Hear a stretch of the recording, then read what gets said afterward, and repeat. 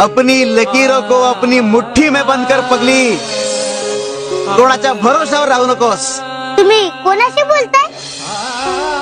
बाळा, अरे यालाच म्हणतात काकेत कळसा आणि गावाला वळसा.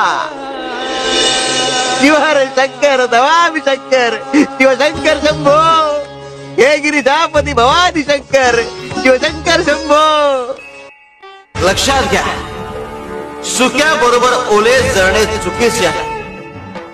चूक झाल्यावर आपण अनावधानाने घडली असं म्हणून मोकळे होतो, पण ज्याची चूक नसते त्याला त्याचा अधिक त्रास होतो.